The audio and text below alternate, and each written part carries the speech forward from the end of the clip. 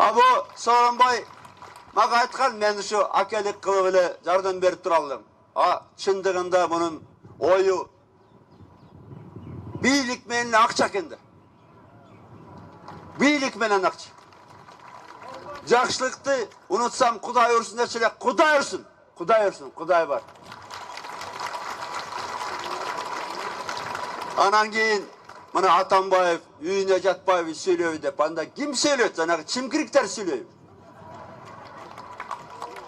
Ол бетте ал жакта 10 чактысы бар мына бисменин отурат. Калгандары чимкириктей эле салаңдап көгөрүп отурушат да коркуп.